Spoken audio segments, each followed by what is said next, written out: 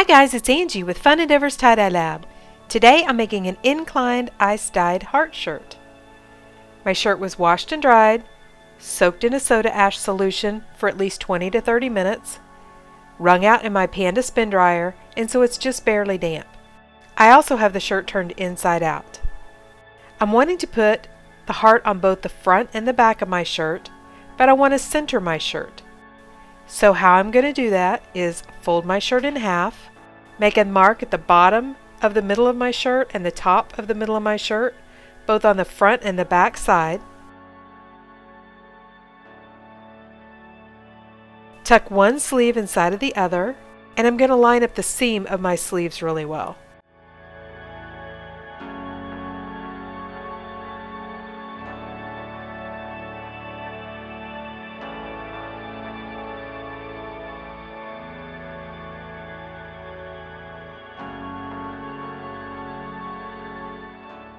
Then I'm going to line up the shoulder seams, lift my shirt up and shake it,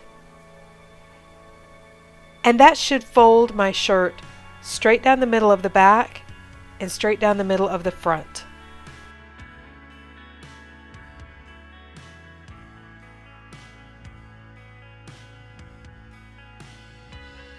So right now what you see is I have the back of my shirt folded in half, and it's laying on top of the front of my shirt, which is folded in half. I do this so that there's more symmetry to both sides of the front of the shirt and the back, because I have both sides of the front of the shirt together right next to each other, so when I dye the front, both of those sides are going to look very similar and symmetrical, and the same thing with the back. Both of the back sides are next to each other, so when I dye the back of the shirt, both sides of the back of the shirt are going to look more symmetrical. Now I have a stencil and I'm going to draw the heart onto my shirt. I make these stencils by just taking a piece of plastic cutting board, drawing my design on and cutting them out with a pair of scissors. Then each time I want to make a heart, I have more consistency in my design when I just pull my stencil and use it. So I'm just tracing around my stencil with a washable marker, and I'm going to fan fold this line. When I fan fold a heart, I like to start at the top of it. I think it's easier to make that curve in the heart when you begin with that instead of trying to end there.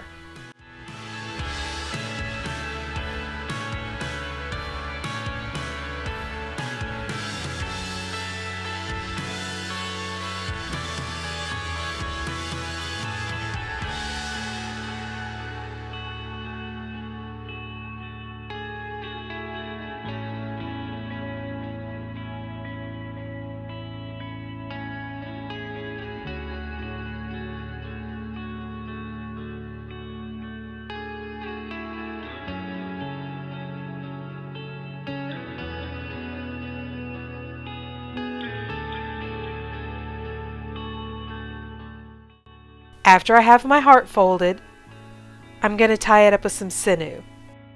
Because this artificial sinew is coated in wax, the dye cannot get underneath this, so when I tie my design with this and I pull it really tight, it will lock down on my fabric. And when it does, the dye can't get underneath that, which will cause a white line wherever I put sinew.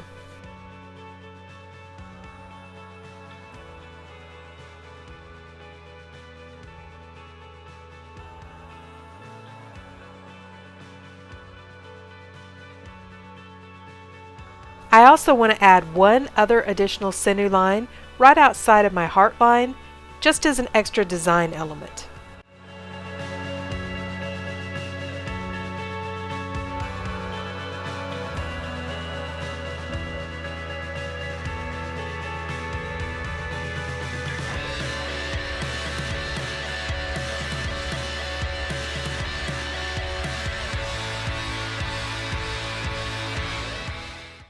Then I'm going to fan fold the rest of my shirt and tie it up with some kite string. I'm using the kite string here because I don't really want the white lines in my shirt. I just want to hold my folds in place.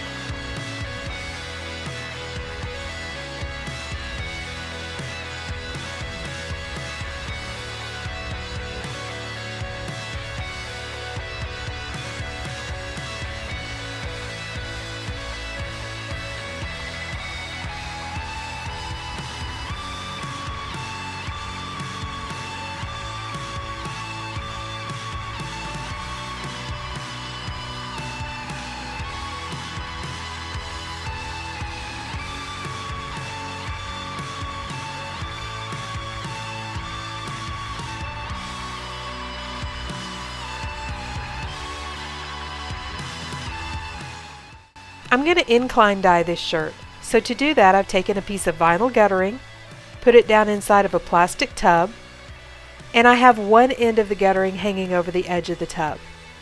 This has my shirt at about a 40 to 45 degree angle.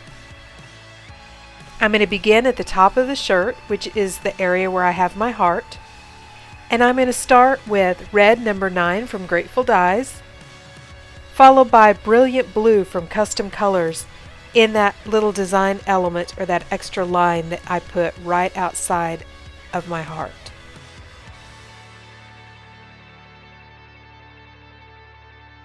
Followed by purple number 521 from Custom Colors,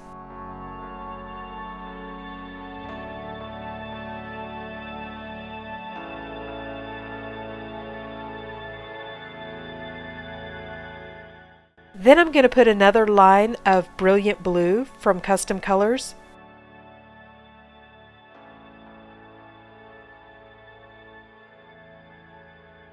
followed by blueberry from Dharma Trading Company,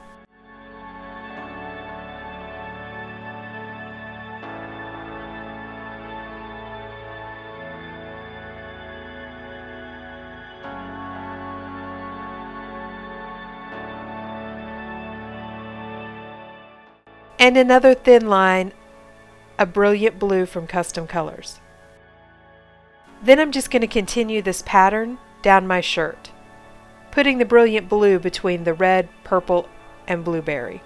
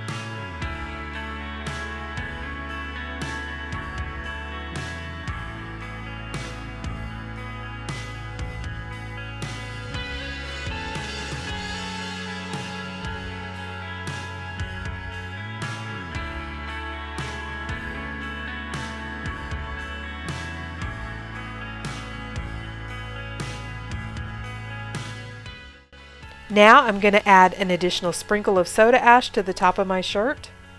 And I do this to make sure I have plenty of soda ash left in my shirt after all the ice melts and runs throughout my shirt.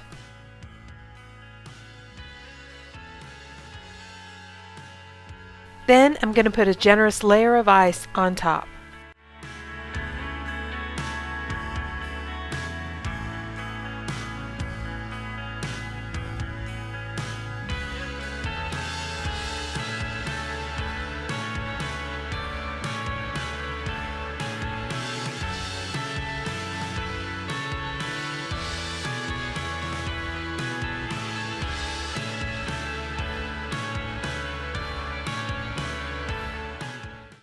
After my ice melted, I went ahead and waited about another 24 hours, and this is what my shirt looks like. As you can tell, I still have some dye sitting on top of my shirt. I could go ahead and just add another layer of ice and push some more dye down through my shirt, but instead I'm going to go ahead and just turn my shirt over in the guttering and add another thin layer of dye to the back of my shirt. As you can tell, the dye has already started to come through to the back pretty well, so it won't take very much dye. But I want to make sure that I get really good saturation in my shirt because I don't want a lot of white lines left. Because this is an incline dye, my dye has moved from where I originally put it on the front, which is kind of the purpose of an incline. So it's a little bit more difficult to line up my colors on the back side of the shirt. So what I'm doing is I'm just putting a thin layer of the colors in the same order, and if they don't line up exactly, that's not really an issue because they're going to end up moving down the shirt anyway, like they did on the front side.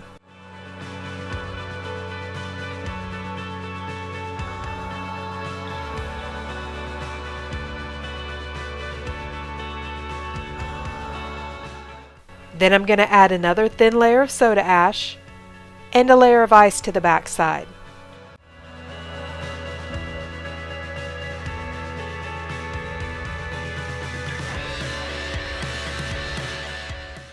I let my shirt go ahead and process 24 hours after all the ice on the back side had melted.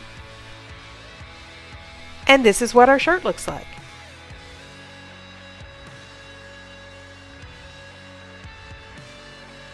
Hey, if you guys are enjoying watching my videos, I sure would appreciate it if you'd subscribe to my YouTube channel. It's really easy. All you have to do is just hit that big red subscribe button. Thank you all for watching, and I hope you have a great day.